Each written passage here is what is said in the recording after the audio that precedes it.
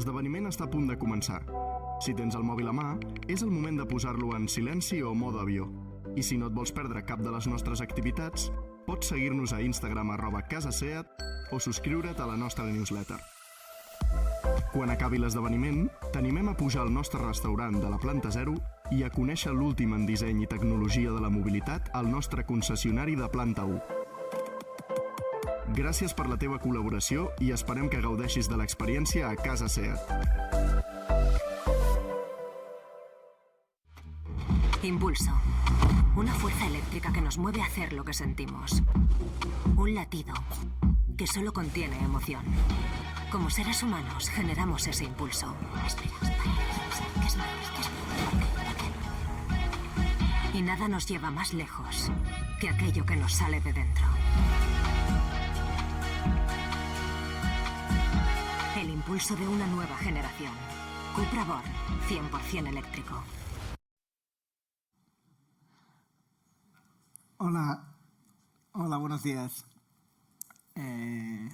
Bueno, encantado de estar aquí con vosotros en el marco de la Semana de la Salud de SEAT en Casa SEAT. Me pidieron que si podía colaborar la doctora Patricia Sud y yo estoy encantado de estar aquí, obviamente hablando de algo de lo que me toca a mí. Yo soy el doctor Ferran Mascaró, soy oftalmólogo.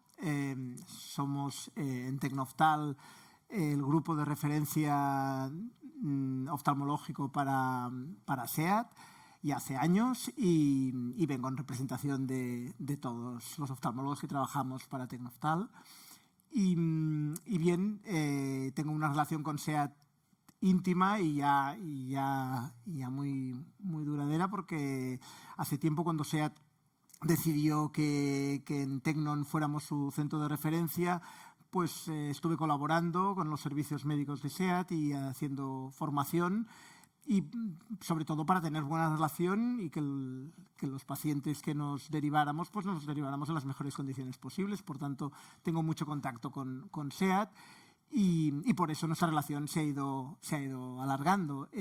Cuando Patricia y con SEAT me comentó la posibilidad de colaborar en esta Semana de la Salud, pensamos en un tema que pudiera ser interesante para la población general y creo que la presbicia, que la vista cansada, pues es un tema interesante porque, bueno, nos toca a todos y a los que no les toca, les tocará, porque actualmente pues la sociedad pues cada vez sobrevive más, ¿no? La esperanza de vida se alarga y todos nos hacemos mayores, todos nos haremos viejos, ¿no? Aunque la palabra no guste de decir, y una de las cosas que pasan con la vejez es que aparece la llamada vista cansada. Y como le pasa a todo el mundo, y es un tema muy popular, lo que pasa es que se crean muchos mitos y muchas leyendas urbanas sobre la vista cansada, que muchas veces hacen que la sociedad esté pues muy mal informada, ¿no? Y eso a veces es un problema, porque claro, uno piensa o escucha al vecino, a la peluquería, me han dicho esto, me han dicho lo otro, y se va creando una pseudo verdad, ¿no? Una leyenda urbana que, bueno, intentaré que con este rato, con esta charla, pues tengáis más información, y cualquier cosa, obviamente, contestaré las preguntas que os parezca sobre el tema. Podemos empezar haciendo unas preguntas para que nos las hagamos todos juntos y pensar qué sabemos de la presbicia, ¿no? ¿Qué sabemos de la vista cansada? No sé si sabéis por qué aparece, ¿no? ¿Por qué aparece? ¿Qué es esto que nos pasa que hace que tengamos vista cansada? Mucha gente dice que depende de lo que miramos, ¿no? Claro, ahora todo el mundo tiene vista cansada porque miramos mucho el ordenador, porque tenemos el móvil, ¿no? Este aparato que es infernal, ¿no? Y claro, el móvil hace que tengamos vista cansada y si no es el móvil, son las pantallas. Bueno, esto es muy frecuente, ¿no? Este comentario. No sé si es verdad o no. Y el estrés, la otra pregunta, ¿no? Claro, estamos todos muy cansados, hacemos muchas cosas y por eso, cuando estás tan cansado y estás tan estresado, pues te viene la vista cansada, ¿no? Te tienes que calmar y entonces no la tendrás. Porque podemos evitar la vista cansada cambiando, pues eso, el estrés o lo que miramos. Y si pensamos que la podemos evitar, sabemos sí tiene algo que ver con la famosa catarata, ¿no? ¿Tiene algo que ver la vista cansada y la catarata? ¿Están relacionadas? Bueno, estas son preguntas que espero que cuando acabemos la presentación tengáis claras cómo las contestaríamos. Porque probablemente, si salimos ahora a la calle, aquí a la diagonal, y a unos cuantos, a 10 personas, le preguntamos estas 4 preguntas, probablemente la mayoría contestará exactamente lo contrario de lo que realmente es verdad. Bien, para contestar estas preguntas, lo primero que tenemos es que saber cómo es la máquina que hace que nosotros podamos ver, que es el ojo, ¿no? Supongo que bastantes de los que estáis aquí recordáis que antes las fotos las hacíamos con una máquina que se llama máquina de fotos, ¿no? Y que tenía un tamaño y que no se parecía en nada a un teléfono móvil. Pues el ojo se parece bastante a esas antiguas máquinas reflex con las que hacíamos unas fotos estupendas. Y la primera parte que tenéis que conocer del ojo es la más superficial, que es la córnea. La córnea es una de las 2 lentes que nos ayudan a enfocar del ojo, es la lente externa y es una lente que es estable. Cuando acabamos de crecer y tiene la forma que tiene, ya no cambia más o ya no debería cambiar más. Es la lente que tiene más potencia, que tiene más dioptrías y dependiendo de cómo es, si es muy perfecta, tiene una forma impecable o bien, si no es tan perfecta, puede ser más plana o más curva o incluso tener curvaturas diferentes en diferentes ejes, pues dependiendo de cómo sea, vamos a ser miopes, vamos a ser hipermétropes o vamos a tener astigmatismo. En todo caso, en un mundo ideal, si tenemos una córnea perfecta, vamos a ver muy bien en visión lejana. Nos va a enfocar todas las cosas que están lejos. Diferente es cuando las cosas se acercan. Bien, si vamos para adentro del ojo, la siguiente estructura que podemos conocer es el iris, que es el diafragma. Con el iris podemos hacer más grande o más pequeña la pupila, el agujerito por el cual entra la luz dentro del ojo y nos va a servir de diafragma. Eso en las antiguas cámaras de fotos también se veía. Ese diafragma nos separa la cámara anterior de la cámara posterior, que son estructuras intraoculares. Pero por detrás de la pupila tenemos la segunda lente que hemos de conocer del ojo, que es el cristalino. Y el cristalino, que es la lente interna, es una lente que no vemos porque está por detrás de la pupila y que se parecería a una lenteja. Está en la parte interna, en el tercio anterior del ojo. Por detrás del cristalino tenemos la llamada cámara oscura, la cámara donde se crean las imágenes, la cámara vítrea, y la película fotográfica del ojo, que es la parte trasera, llamada retina. En el centro de la retina, que se llama mácula, es donde vemos el 100% de la visión. Ahí es donde se crean las imágenes que se van hacia el cerebro por el nervio óptico, por los axones, y llegan a las áreas occipitales donde realmente creamos la visión. Bien. Hoy hemos de hablar de vista cansada, a eso venimos, y por tanto nos vamos a fijar en la lente interna, el cristalino, que es la que está encargada de que enfoquemos las cosas. El cristalino es como una lenteja, como os decía, tiene una cápsula, una bolsa muy fina y rígida, y esta cápsula contiene un tejido como si fuera gelatinoso, que es el córtex y el núcleo cristaliniano. Ese tejido es colágeno, y cuando somos jóvenes es muy blandito, muy blandito. La cápsula no, la cápsula es rígida. Y es interesante conocer su forma y su función porque de él depende que enfoquemos bien las cosas. Os he preparado un pequeño vídeo, que no sé si conseguiré que funcione. Sí, para que veáis el cristalino en acción. Cuando nosotros enfocamos, cuando las cosas se acercan, nosotros contraemos el músculo ciliar, que es un músculo circunferencial que está alrededor del cristalino y que consigue mover, cambiar realmente la forma cristaliniana, como veis en esta pequeña animación. Bien, esto es mientras las cosas funcionan bien y somos jóvenes y el interior del cristalino es blandito. Pero cuando nos vamos haciendo mayores, igual que la piel se endurece, igual que nos cambia la calidad del cabello o de las uñas, el colágeno de todo el cuerpo se va degradando. Hay muchas razones.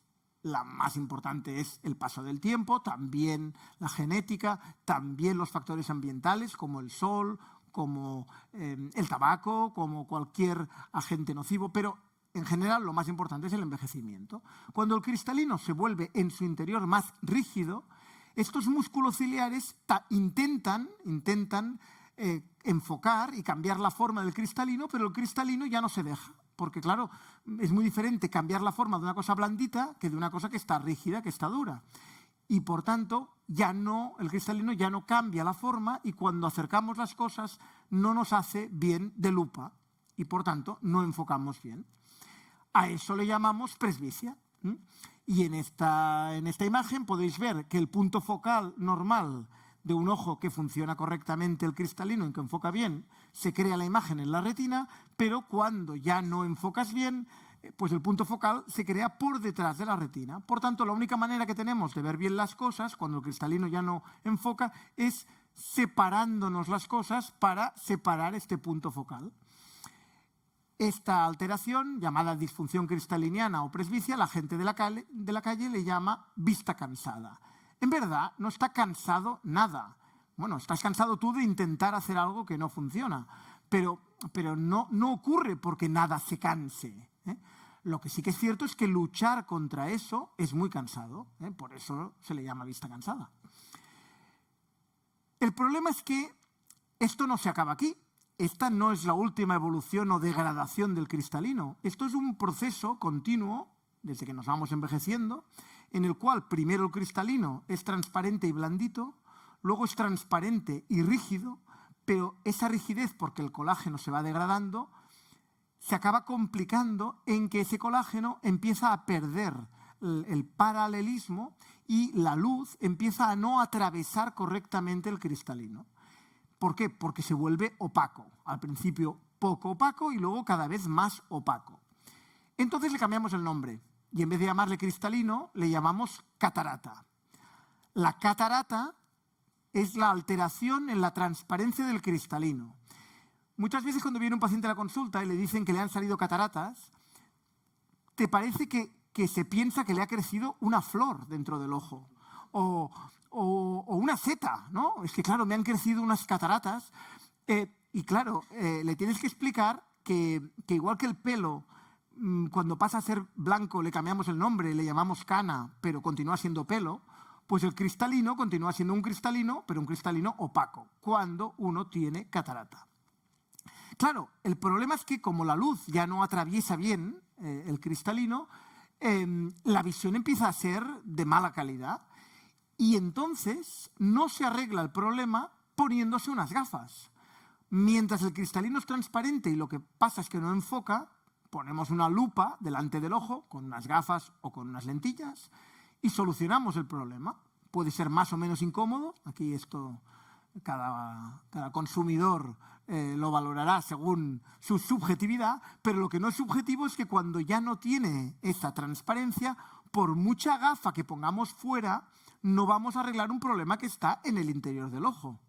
Esto es importante entenderlo, porque entonces el único arreglo que tenemos, entonces sí que ya es el único, es cambiar el interior del cristalino, ese tejido que ya no es transparente, lo hemos de cambiar por algo transparente. Y entonces es cuando entra la cirugía de la catarata, llamada facoemulsificación. He intentado montar la presentación sin muchas palabrejas de esas que les gustan a los médicos, pero esta no puedo evitarla porque podéis escuchar al vecino, al amigo, pues que le han hecho una faco, y una faco es una cirugía de cataratas mediada por ultrasonidos, que es la técnica más moderna que actualmente tenemos. ¿Y cómo se hace esto? Bueno, pues para que la gente no se asuste, se parecería un poco a cómo se hacen las cirugías actualmente dentro de la barriga, haciendo unos agujeritos muy pequeños, hinchando la barriga y haciendo pues cosas por dentro. Nosotros hacemos lo mismo, pero en pequeño, en microscópico. Hacemos unos agujeritos muy pequeños en la córnea para meternos dentro del ojo y trabajar dentro del ojo mientras con un microscopio vemos lo que pasa a través de la córnea. El primer agujerito que hacemos es el agujero principal por el cual vamos a realizar la cirugía y lo hacemos de forma valvulada para que cuando saquemos los aparatitos que utilizamos, estos agujeros se cierren solos, sin necesidad de poner puntos ni nada. Igual como cuando te sacan sangre, te la sacan y cuando te sacan la aguja, pues no te desangras, ¿no? Te tapas un momento el brazo y si todo va bien, pues aquello coagula y tú continúas con tu vida sin desangrarte. Pues esto es lo mismo. Nosotros hacemos la cirugía dentro del ojo y después sacamos los aparatos y como si no hubiera pasado nada. Eso es porque los agujeritos son muy pequeños y son muy valvulados. Una vez hemos hecho este agujerito y estamos dentro del ojo, hinchamos el interior con una especie de blandiblub transparente que es necesario para mantener la forma y entonces nos dirigimos hacia el cristalino. Y hacemos una ventana en la parte anterior de la cápsula, de esa bolsa. Os he comentado que el cristalino era como una lenteja. Pues nosotros lo que hacemos es una ventanita en la parte de delante de la payofa de la lenteja. ¿Y por qué hacemos esta ventanita llamada capsulorhexis? La hacemos para precisamente poder trabajar dentro del cristalino y introducir un líquido, un suero estéril, que lo que va a hacer es separar, disecar el interior del cristalino del resto de la bolsa. El secreto de que una cirugía de facomulsificación vaya bien es conseguir limpiar esta lenteja, este cristalino, limpiar el interior sin tocar, sin dañar la bolsa. Porque la bolsa, que no se llama bolsa, se llama cápsula, es el lugar donde vamos a colocar el implante que va a hacer el trabajo del cristalino. Si nosotros, sin querer, rompemos esa bolsa, rompemos el continente, mientras sacamos el contenido, nos cargamos el continente, pues la cirugía no será exitosa y nunca el resultado será como hubiera sido si lo hubiéramos hecho correctamente. Ese es el principal miedo que tiene un cirujano cuando opera una catarata, es conseguir limpiar el interior del cristalino sin dañar la bolsa que lo contiene. Bien, cuando ya hemos separado este núcleo y córtex cristaliniano de la cápsula, colocamos un aparato dentro del ojo llamado facoemulsificador, que para que lo entendáis es una especie de aspiradora microscópica, pero una aspiradora muy, muy especial, porque además de aspirar y de liberar líquido para que el ojo no se vacíe, no quede colapsado, además emite unos ultrasonidos que lo que hacen es ayudar a deshacer el interior del cristalino. No todas las cataratas son iguales, no todas tienen el mismo nivel de degradación y no todas son igual de duras. Cuanto más dura es una catarata, más difícil es sacarla porque más has de deshacer ese interior que está degradado. Y por tanto, más potente ha de ser la emisión de ultrasonidos. La cosa es que lo que queremos es deshacer en pequeños trozos, o bien también con una paracentesis de servicio, con otro agujerito que hacemos, nos ayudamos de otro aparato. Lo que queremos es deshacer aquel contenido para acabar limpiando del todo el interior cristaliniano. Es necesario limpiarlo del todo porque, claro, nosotros queremos que el resultado sea lo más transparente posible. Si tú dejas parte del cristalino, esa parte no va a ser transparente y el paciente no va a ver luego perfectamente. Una vez lo hemos limpiado perfectamente y lo único que queda es la bolsa, entonces viene el momento de colocar en el interior del ojo ese implante que va a hacer el trabajo que antes hacía el cristalino, pero que como va a ser transparente, nos va a devolver una buena calidad visual. Y eso es la lente intraocular. La colocamos doblada por un inyector, una especie de cartucho, y entra como si fuera un cigarrillo, doblada sobre sí misma, hasta el momento en que la empujamos y la colocamos dentro del saco cristaliniano. En ese momento, como ya nada la contiene, vuelve a su forma natural, se despliega y es como mínimo 3 o 4 veces más grande que el agujero por el cual ha entrado. Por tanto, una vez la lente está dentro de esa bolsa, jamás, si no pasa nada muy extraño, podrá salir. Y el nivel de estabilidad que tiene es completo.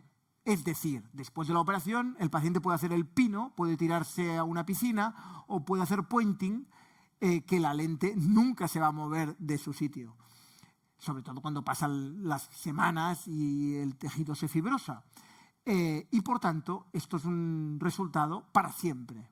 De hecho, es tan para siempre que si pasa alguna cosa extraña, que ahora no viene al caso, pero algún problema importante, y se tiene que recambiar esta lente, es realmente difícil sacar la lente sin dañar el ojo. Es decir, lo mejor es operarse de cataratas una vez y nunca más. Bueno, nunca más te puedes operar de cataratas, pero mejor que no te tengan que tocar la lente intraocular.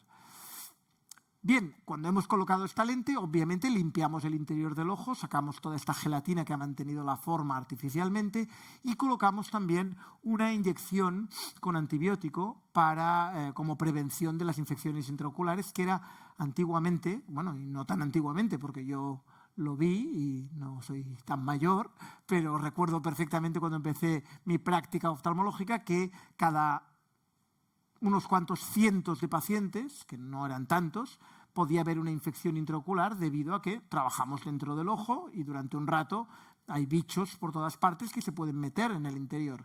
Bien, desde que utilizamos estas técnicas de antibiótico intracamerular postoperatorio como protocolo, el número de infecciones intraoculares en una cirugía estándar de catarata ha bajado radicalmente hasta ser algo absolutamente imperceptible, que actualmente no ocurre nunca. Y el nunca en medicina siempre es un nunca falso, ¿no? Porque nunca, nada es 0 ni nada es 100, pero prácticamente ha dejado de ser una cosa que preocupe a los médicos, las infecciones intraoculares después de la cirugía de catarata o de cristalino transparente. Bien, llega el momento de hablar precisamente de este implante, de esta cosa que hemos colocado dentro del cristalino para que haga el trabajo que antes hacía el cristalino.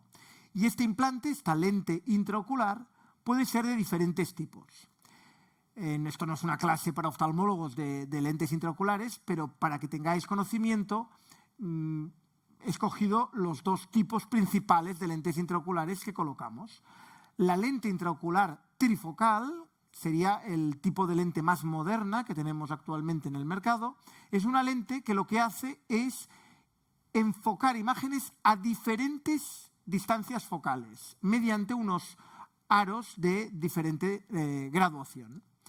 Es la mejor, y diría la única opción real, para conseguir ser independiente de las gafas después de esta cirugía. Y por tanto, volver a vivir una vida parecida a la que teníamos antes de que el cristalino se envejeciera, en la cual veías de lejos, veías del medio, el ordenador, el móvil. Cuando llegabas a un restaurante y te ponían una carta, no pensabas que habían hecho la carta expresamente con la letra más pequeña posible solo para fastidiarte, o que el restaurante tenía poca luz también solo para fastidiarte. No, tú vuelves a vivir la vida sin pensar en que necesitas las gafas. Y esta es la mejor opción. Es cierto que eso es a cambio de tener una visión subóptima en cualquier distancia. Vemos en todas las distancias, pero no vemos al 100%.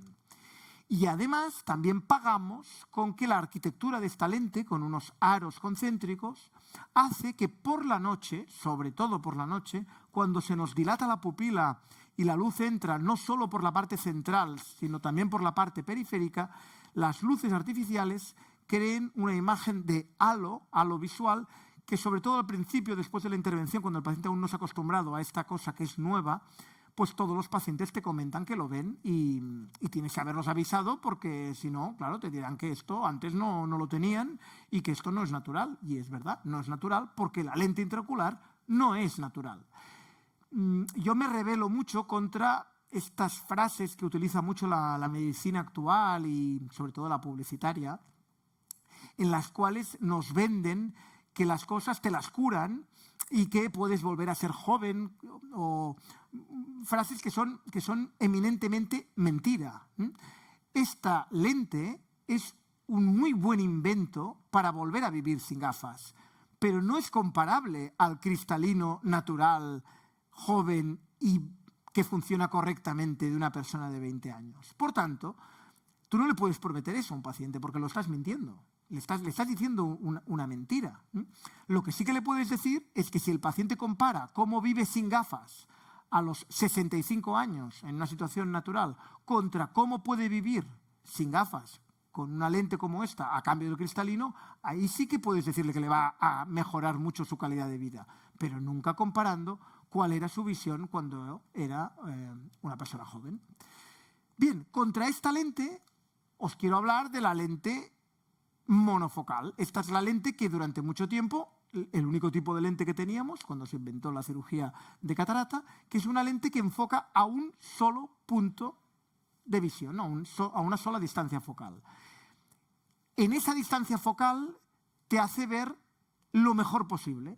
El problema es que en cualquier otra distancia no enfoca, por tanto, vas a necesitar gafas en cualquier otra distancia. Eso sí que es verdad. Como es una lente que por su arquitectura es completamente transparente, los reflejos nocturnos que vas a tener por ella son los mínimos, o los mismos que tuvieras antes de la intervención. Pero esto es a cambio de que si ves correctamente de lejos, no verás correctamente de cerca. Es absolutamente imposible que con una lente monofocal tú no necesites en algún momento de tu vida gafas para sobrevivir y para vivir viendo correctamente. Ese es el inconveniente que tiene. Por tanto, tenemos estas dos opciones, ¿no? La opción monofocal y la opción trifocal. De lo que no se ha hablado, tampoco es que la charla de hoy vaya exactamente de esto, es de que tanto una como otra las vamos a poner a medida de la forma que tiene el ojo de cada paciente. Es decir, el tipo de lente lo va a escoger el paciente y también el médico en una conversación dependiendo de lo que busque. Pero lo que no va a escoger el paciente, porque depende de la forma del ojo, es el número de dioptrías que va a tener esta lente. Porque eso no depende de lo que quiera el paciente, esto depende de cómo es su ojo. Igual que tú puedes escoger el modelo de zapato que tengas, pero el tamaño, el número, depende de cómo de grande tengas el pie, pues esto es lo mismo.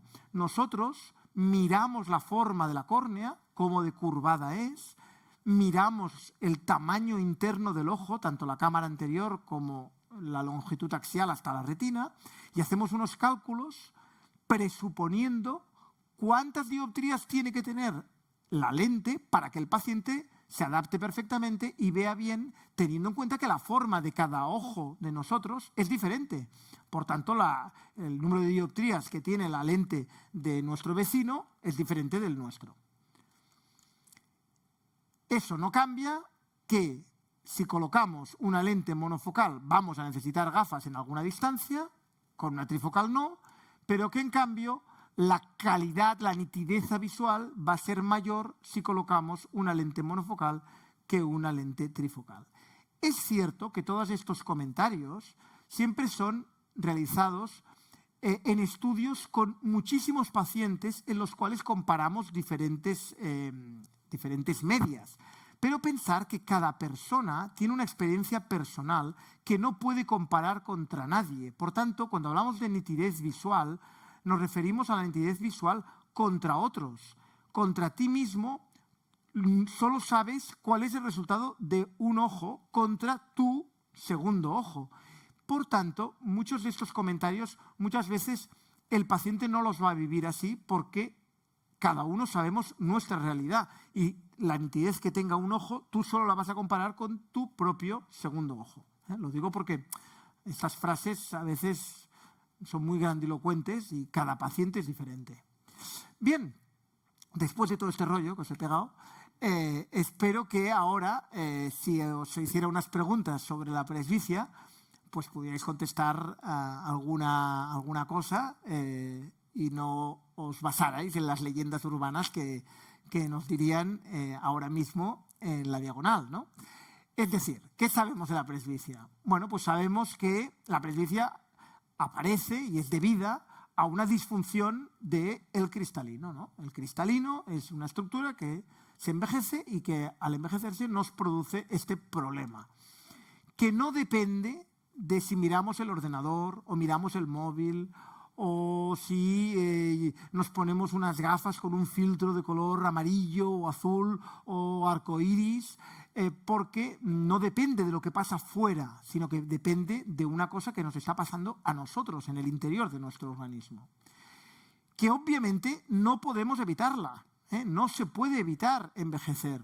Podemos conseguir envejecer de la mejor manera posible, pero el tiempo pasa y nuestro cuerpo, nuestro organismo se va degradando por el paso del tiempo y, por tanto, las leyendas urbanas que nos expliquen que una dieta milagrosa o que unas pastillas van a conseguir que evitemos la presbicia, pues simplemente son eso, son un cuento.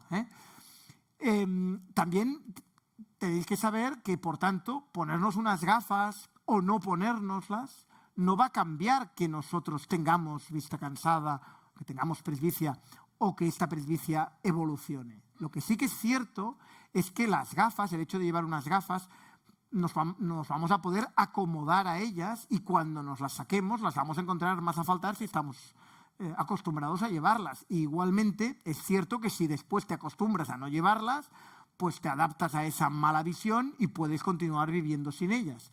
Pero las gafas no modifican la evolución de la presbicia.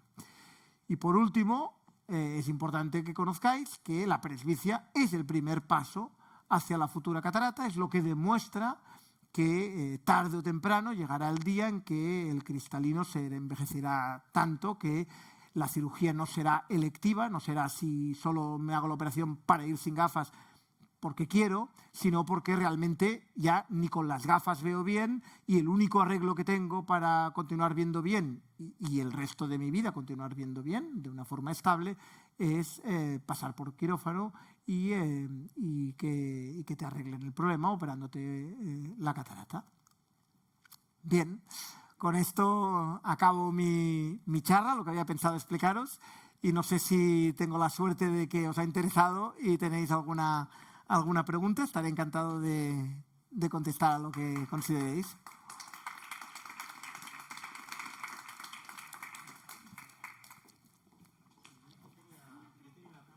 Sí, claro. ¿Qué diferencia hay entre... Buenos días, muchas gracias por su ponencia. Y uno de los motivos, bueno, tengo dos preguntas. La primera sería...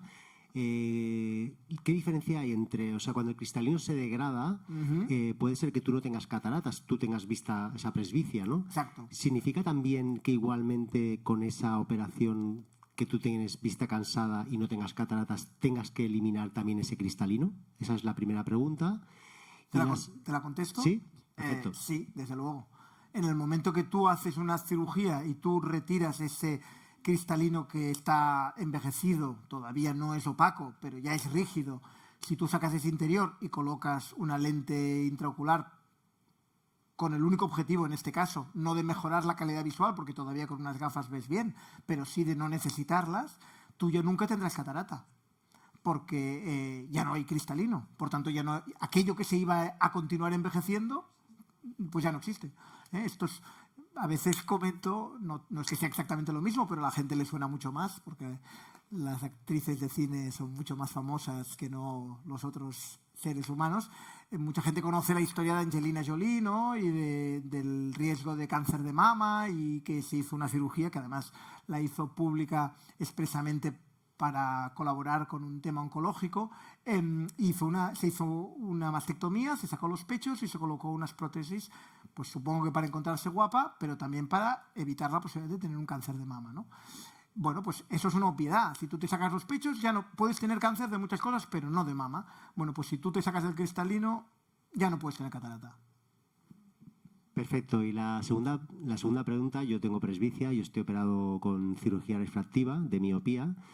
Y la pregunta es... Eso es muy interesante. Y aparte muy bien, aparte muy contento, desde hace casi ya 17 años, pero sí que ha aparecido la presbicia, evidentemente, con lo que ha explicado. Y entonces esto venía un poco porque nosotros en SEAT, yo vengo de SEAT con mis compañeros de trabajo y trabajamos en una oficina. Y ahora está pues el Smart Work, lo que sería el teletrabajo. Y yo trabajo con diferente luz, ¿no? En la oficina con luz artificial y en casa luz artificial entre comillas, porque la luz me entra de cara. Y la diferencia o la pregunta es ¿por qué en un caso que sería el de la oficina con luz artificial necesito las gafas, me siento más cómodo, y en cambio en casa no es así? Bueno, lo más probable, en tu caso hay una cosa más que lo añade, que es el tema de probablemente no te opero yo, ¿no? Pero bueno, aunque te hubiera operado yo, tampoco me acordaría. Seguro o lo más probable es que te hicieran un LASIK, una cirugía intraestromal en la córnea, que hace que tu córnea no sea tan transparente como sería si no estuvieras operado. Eso añade un problema de contraste, porque tu lente externa no es virgen. Por tanto, los rayos de luz, cuando la atraviesan, en parte algo se quedan allá. Y eso te empeora la calidad de contraste. La presbicia exige mucho de ese contraste y, por tanto, cuando tu cristalino no te enfoca, claro, buscas maneras de ayudar a ese cristalino, que es aumentar el contraste. Yo le digo mucho a la gente que lo que tiene que hacer, si quiere continuar viendo el móvil y superarlo, es aumentar el contraste al máximo, ¿no? del aparato o del ordenador. Seguro que las condiciones lumínicas que tienes en casa, o la pantalla o lo que sea, tienen mejor ese contraste, o te ayudan más. A la larga ni así. A la larga ni así. Lo que quería aprovechar, porque claro, dices lo de la miopía, claro, si la cirugía refractiva te la hicieron hace 17 años, pues has disfrutado durante mucho tiempo de ir sin gafas, ni de lejos ni de cerca, y por tanto súper bien hecha está. Pero cuando la cirugía refractiva de un miope ya se hace a una edad a la cual la presbicia no está tan lejos o incluso ya está presente, pues una opción es hacer un LASIK, pero un LASIK que no sea completo. Y por tanto, que aquel miope que está muy incómodo porque sin las 4 dioptrías no ve nada, pues en vez de curarlo del todo de las 4 dioptrías, no le saques todas las dioptrías. Y de lejos no queda tan perfecto, obviamente, pero lo que no hemos comentado es que, claro, si la lente de fuera tiene más curvatura de la que toca, encuentras menos a faltar la curvatura que ya no te da el cristalino. Esa es la razón por la cual muchos miopes, sobre todo si no están operados, entre comillas, del todo, ¿no?, notan la presbicia más tarde que la gente que no es miope. No es que no tengan presbicia, la tienen igual, nos envejecemos igual, pero ellos hacen trampa. Ellos utilizan la curvatura de su córnea para compensar la curvatura que no les está dando el cristalino. Obviamente eso es a cambio de tener un poco menos de agudeza visual en visión lejana. Y esto se debe decir que también lo utilizamos mucho los cirujanos que hacemos cirugías en lentes intraoculares para que la gente vaya sin gafas, realizando cirugías que a veces no son del todo simétricas. A mí me gusta mucho, de hecho yo estoy muy en contra de cirugías binoculares, de operar los dos ojos al mismo tiempo, no en la cirugía que te hicieron a ti, no en el LASIK, sino en la cirugía de lente intraocular, porque si operas los ojos en días diferentes, tienes la experiencia en el paciente, in vivo, de cómo de cómodo y contento está el paciente después de la operación en visión lejana, en visión media y en visión cercana. Eso no lo sabes hasta que no han pasado como mínimo un par de semanas. Y puedes tomar decisiones diferentes para con el otro ojo y customizar el resultado para que, como cuando luego vivirá con los dos ojos abiertos, y yo te aseguro que nadie sabemos qué parte de lo que vemos la ve un ojo y qué parte la ve el otro, si tienes una buena visión binocular, que eso se da por hecho, pues utilizamos esa pequeña trampa porque muchas veces lo que intentas con el segundo ojo es buscar la buena visión en la distancia que está menos contento el paciente con el primer ojo. Me he aprovechado un poco de tu pregunta para explicar otras cosas, pero vaya, que creo que es un tema de contraste, lo de tu diferente calidad en lugares diferentes, estoy casi seguro. Sí.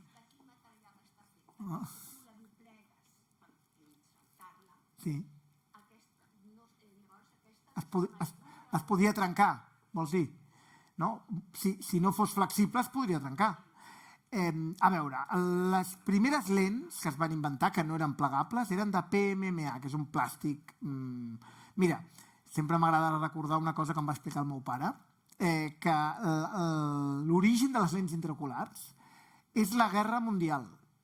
Els pilots de la RAF, que anaven amb aquells avions, van veure que quan explotaven o els hi fotien una bomba als alemanys o així, els vidres d'aquells avions no eren d'un material que, quan explotava, algun d'aquells trossos de vidre es fotia dintre de l'ull dels aviadors. I van veure que aquells ulls sobrevivien perfectament i que aquells trossos d'aquell material no feien cap reacció. Van utilitzar aquesta experiència per crear les lents intraoculars. Després van evolucionar i van introduir la silicona. La silicona i altres plàstics derivats de la silicona són flexibles i quan els deixes anar tornen a la seva forma, sense que quedi marca, perquè de vegades pot quedar marca. Actualment la qualitat dels plàstics és espectacular. De fet, sobreviuen a nosaltres. Hi ha proves que demostren que la gent que es mor i que es degrada i que es podreix, la lent intraocular que tenen allà està exactament igual que el primer dia. Igual que decimos que los plásticos que tiramos al océano no se van a degradar en 500 años o 5.000 años y nos estamos cargando el planeta, pues las lents intraoculars també se carguen el planeta perquè duren molt més que nosaltres. Per tant, és una tecnologia completament superada, aquesta, la de la durabilitat. Per exemple, estàvem parlant abans de les pròtesis mamàries de l'Angelina Jolie, doncs duren molt més les pròtesis intraoculars que les pròtesis mamàries. En això està totalment superat. No s'endureix mai més. Bé, no s'endureix, queda estable. La lent intraocular no es mou, no veu a diferents distàncies perquè es mogui. És perquè té diferents graduacions i degut al tamany de la nineta, que el que es mou és la nineta, la pupil·la, això és el que fa que enfoquem, quan mirem de prop se'ns dilata la pupil·la i utilitzem els aros perifèrics i quan enfoquem de lluny se'ns tanca la pupil·la i mirem pels aros centrals. Això ho aprèn a fer l'ull sol, no és com les lents progressives que tu has de buscar el punt i si no aprendes no t'adaptes. No, això ho fa la nineta sola. És una manera diferent de veure. És veritat que costa una mica adaptar-se, No tothom s'adapta igual de ràpid. Digues.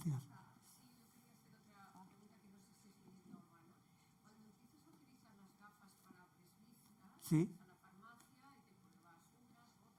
Sí.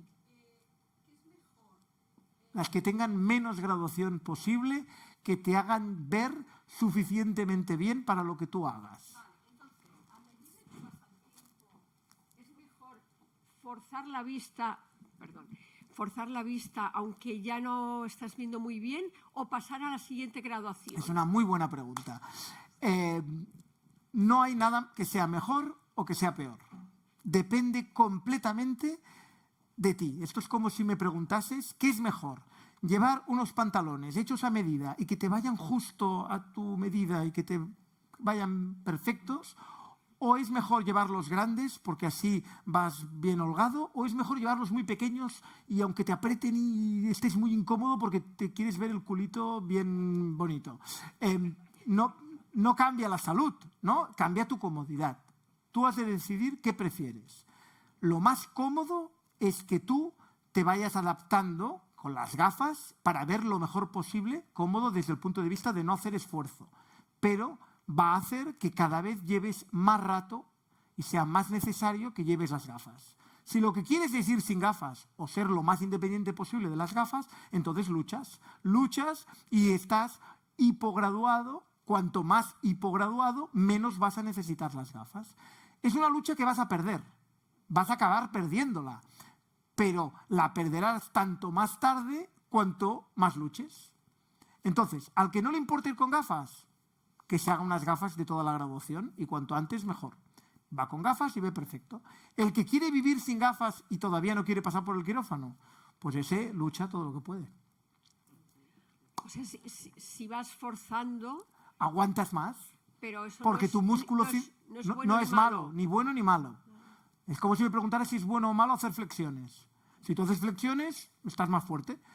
Ahora, por muchas flexiones que hagas, si te hacen hacer 5 millones de flexiones, acabarás contra el suelo. Pues esto es lo mismo. Sí, perdón, tenía una Sí, segunda claro. pregunta. Sí. Si nos puede explicar un poco más qué es esto de la famosa mosca que a veces aparece Esto no tiene nada que ver. o desaparece. Ya sé que, creo Esto que no tiene es- nada que ver con la Bueno, presbicia, pero pero ya está que bien, estamos, está bien. Cuando uno ve una mosca hay muchas posibilidades, pero lo más frecuente es que se haya degenerado la gelatina vítrea, que es la que está por detrás del cristalino. Cuando os he hecho aquel esquema del ojo, la cámara oscura, que es la cámara posterior, está rellena de una gelatina hecha de colágeno y que con el tiempo muchas veces se degrada, se deshidrata y se mueve de sitio. En la zona que se ha deshidratado no es del todo transparente, ese blandibloop está dentro del ojo, del ojo de todos nosotros, ¿eh? Pero si alguna zona no es transparente, cuando tú mueves el ojo, pues aquello se mueve y tú lo ves. Habitualmente, si no hay complicaciones en la retina, se ha de hacer un estudio del fondo del ojo para ver que no haya un inicio de desprendimiento de retina, que puede pasar, ¿eh? Pero si todo está normal y solo es eso, como pesa, por efecto de la gravedad, habitualmente se suele ir a alguna zona más periférica y más inferior, deja de estar en el centro y el paciente deja de verlo. Y además se acomoda y a la larga habitualmente no suele generar problemas. Siempre que no haya una afectación retiniana, ¿eh? Es que bueno, te contesto sin visitarte, claro. No. Estas visitas de pasillo son muy peligrosas. ¿Has visto una mano por allá? Acá, por aquí a la izquierda hay una pregunta, por allí. Yo aquí. Perdona. Hola. Hola, mira, quería preguntarte qué hay de cierto que es mejor operar después de los 65 años y no antes. Nada de cierto. Nada- De cierto, nada. Dicen que es mejor que a partir de los 65 porque si no hay que volver a operar. Bueno, no sé. a ver, eso es mentira, ¿eh? O sea, ese concepto así dejado ir, que los 65 es bueno y antes, eso es mentira. Vamos a hablar un poco de cosas que sí que son verdad. Primera cosa que es verdad, cuanto peor está el paciente antes de la operación, el resultado de la operación más le gusta. ¿Vale? Yo quiero operar gente para que quede contenta.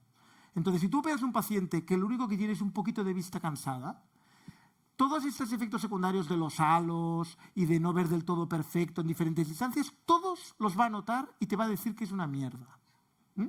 Y que, bueno, total, antes casi veía y ahora tampoco veo del todo bien, doctor, porque me ha operado.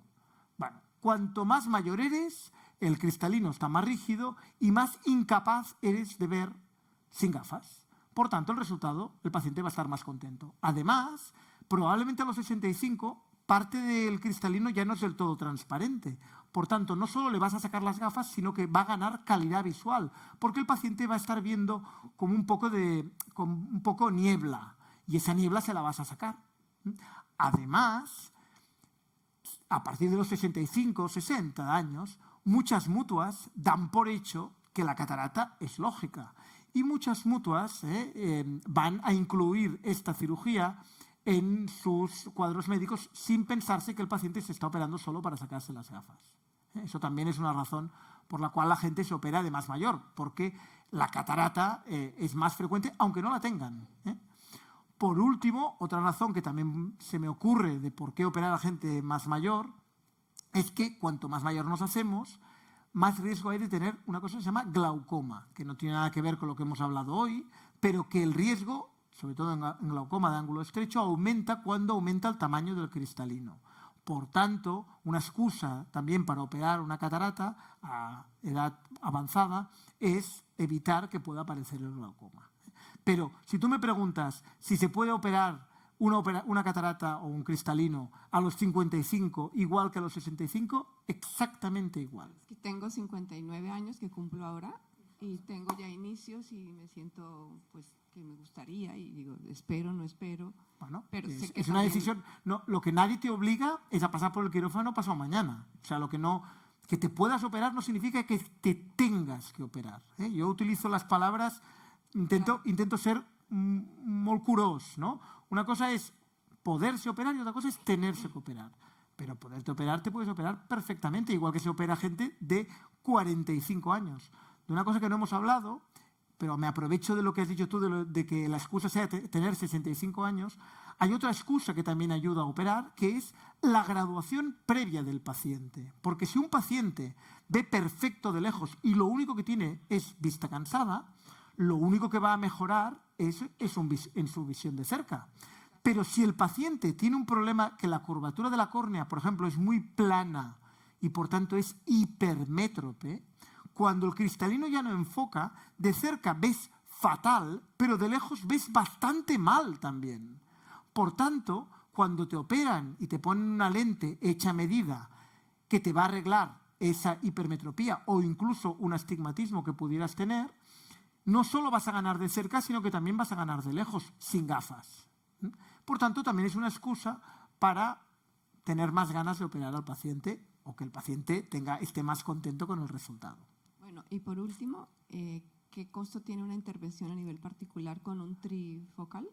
Pues esto no te lo puedo contestar aquí en público porque lo lleva mi departamento de secretariado, pero no es una cirugía en relación a otras cirugías generales de cirugía privada y implantes, no es una cirugía muy cara, no está considerada una cirugía muy cara. Lo que sí que es verdad es que hay muchas mutuas que cuando incluyen la cirugía lo que no incluyen es la lente. No, por es tanto, que no tengo mutua, pero pues tengo no, yo lo explico porque es muy frecuente pacientes que se esperan a los 65 años para que la cirugía esté incluida por la mutua, però la lente no lo està. Hola, bon dia. En primer lloc, moltes gràcies per aquesta explicació tan esplèndida i tan didàctica. I el que volia preguntar és una tonteria potser, que potser és degut a tants ordinadors i tants mòbils i tanta televisió que cada vegada més aviat tinguem presbícia? No. El que passa és que si una persona, si posem el tant per cent més alt de la població fa 100 anys, als 55 anys, gran part de la població no mirava la tele perquè no existia, no llegia perquè hi havia molt pocs llibres i el nivell d'exigència visual en visió propera fa 100 anys era molt baix. I, a més, no hi havia molta gent que sobrevisqués més de 70 o 80 anys. Avui en dia, gran part de la població és molt més gran, som més vells tots, i, a més, tenim un nivell d'exigència visual en visió propera altíssim i de molta part del nostre dia a dia. És a dir, no és que llegeixis un moment i la resta del temps mires de lluny, no. Tu vas pel carrer i al mateix temps que vas pel carrer estàs contestant un WhatsApp i a més et truquen i a més arribes a un restaurant i has de passar un código QR i no sé què. És a dir, la nostra vida, el nivell d'exigència ha pujat moltíssim. Per tant, la gent es fa gran, però ha de veure perfecte per jugar a golf, per mirar la carta del restaurant, per contestar, per fer una videotrucada amb el net que està als Estats Units i ha de saber com... Per tant, no és la raó de la vista cansada, és la raó de que ens n'adonem que tenim vista cansada. La teníem igual fa 100 anys, però la gent no era conscient. Entens el que vull dir? No, els ordinadors són molt dolents per moltes coses, però no pels ulls. Jo no em cansaré de repetir-ho perquè està molt introduït. És una llegenda urbana que s'ha aconseguit entrar molt intensament a la societat. És mentida, és mentida. I no m'ha acabat de quedar clar si és que l'astigmatisme també millora... Sí, és que no ho he explicat gaire. No ho he explicat gaire. Clar, també és una altra classe. La còrnea, si és més ovalada en un eix que en l'altre, això fa que no enfoquem correctament a cap distància, perquè veiem borrós a totes les distàncies. Això se li diu astigmatisme. Si això passa, la lent que posem a dintre de l'ull ha de ser una lent especial que es diu tòrica, que pot ser trifocal o pot ser monofocal, això dona igual, i que l'hem de calcular a mida del pacient i col·locar-la, mesurant, col·locar-la en l'eix exacte de cada pacient dintre del quiròfan perquè actuï correctament. Igual que les ulleres d'astigmatisme d'un pacient, tu si les gires el pacient i veu malament, doncs la lent a dintre igual. I d'aquesta manera podem solucionar gran part de l'astigmatisme. És cert que no soluciona tant com la hipermetropia o la miopia, però gran part de l'astigmatisme, suficient com per anar sense ulleres, ho solucionem amb lents tòriques, que són una mica més caras, aprovechando la pregunta, son un poco más caras porque son más a medida del paciente, no mucho más, pero me ha hecho gracia porque ahora he introducido el tema monetario. Una altra cosa, i les bifocals no eren tan efectives com les... Trifocals? No, les lentes bifocals que abans eren... A fora, les ulleres que portaves a la meitat. Bueno, les ulleres bifocals, el que passa és que quan va aparèixer el món de l'ordinador es van convertir en una lent que no era gens còmoda perquè, clar, el bifocal et dona visió de lluny i visió de prop, però com tothom ara mira l'ordinador, a aquella distància no saps què fer. O mires per dalt i t'allunyes de l'ordinador, o mires per baix i t'apropes a l'ordinador. Clar, és superincòmode. És un mareig, és un mareig, és una merda. És que tenir vista cansada és una merda. Llavors, per això busquem arreglos. Jo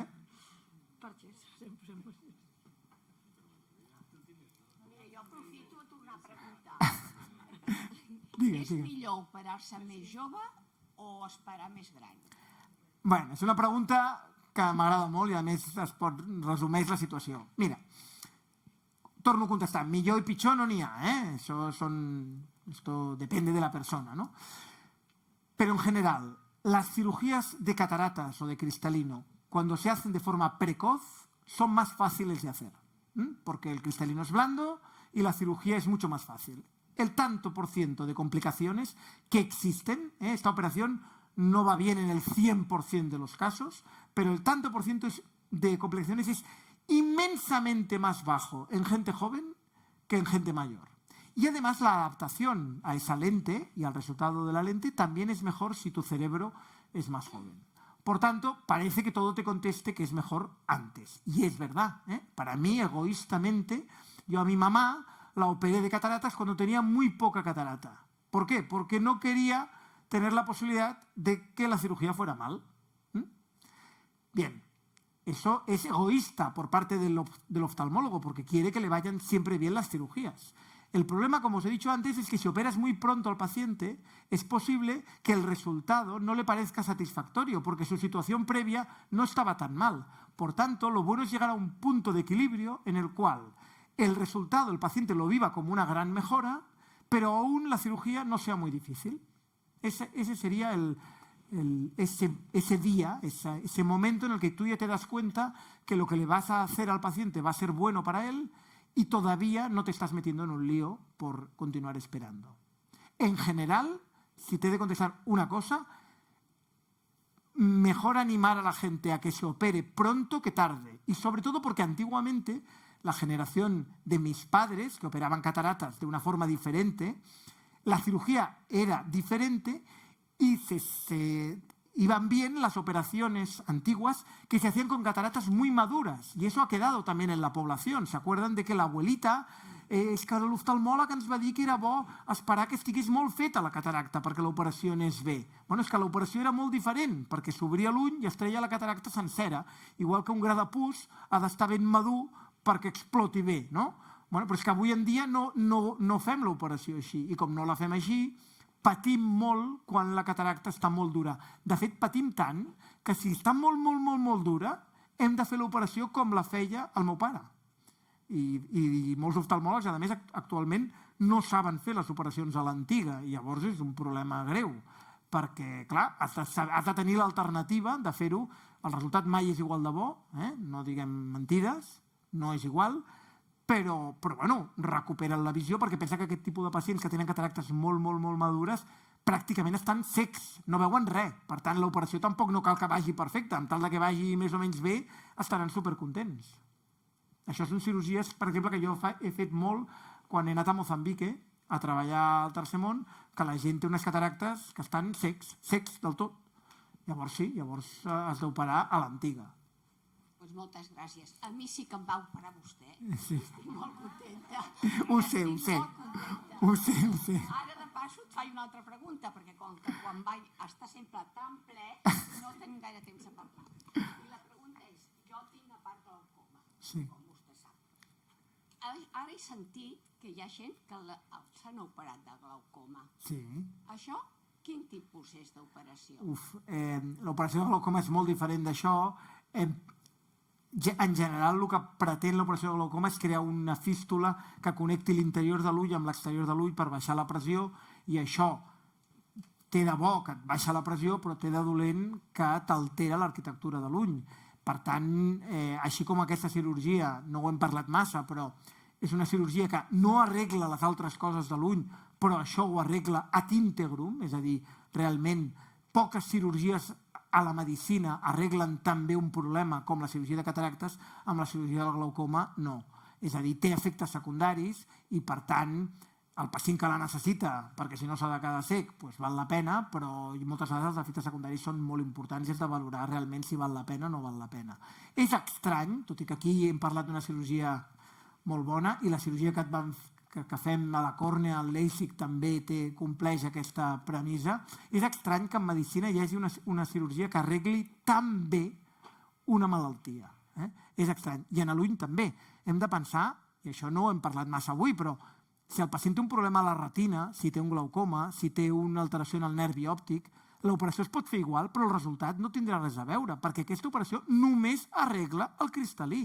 La resta de l'ull serà exactament igual que era abans. Si tu tens una càmera de fotos que no té piles, encara que li canviïs l'objectiu, la foto no la farà. Si tu tens una càmera de fotos que té el carret de fotos velat, se'n recordeu quan canviàvem el carret de fotos? Doncs per molt que li posis un objectiu nou, la foto no surt. Per tant, hem de tenir en compte que no tot s'arregla per art de màgia, no? Vull dir, això sembla màgic, però les altres coses no. Sí, el que sí que fa aquesta intervenció és baixar artificialment la pressió de l'ull, perquè com la lent és 4 vegades més prima que el cristal·lí natural, descomprimeix l'ull, i l'ull està molt més buit del que estava abans amb el cristal·lí. Però, per exemple, no és el teu cas, però si el nervi òptic està afectat pel glaucoma, doncs el nervi òptic continuarà afectat exactament igual. Si una persona no hi veu perquè té un glaucoma fotut, per molt que l'operis de cataractes, no li arreglaràs el problema. Molt bé, doncs res, moltes gràcies. Espero haver contestat les preguntes i gràcies per la vostra atenció.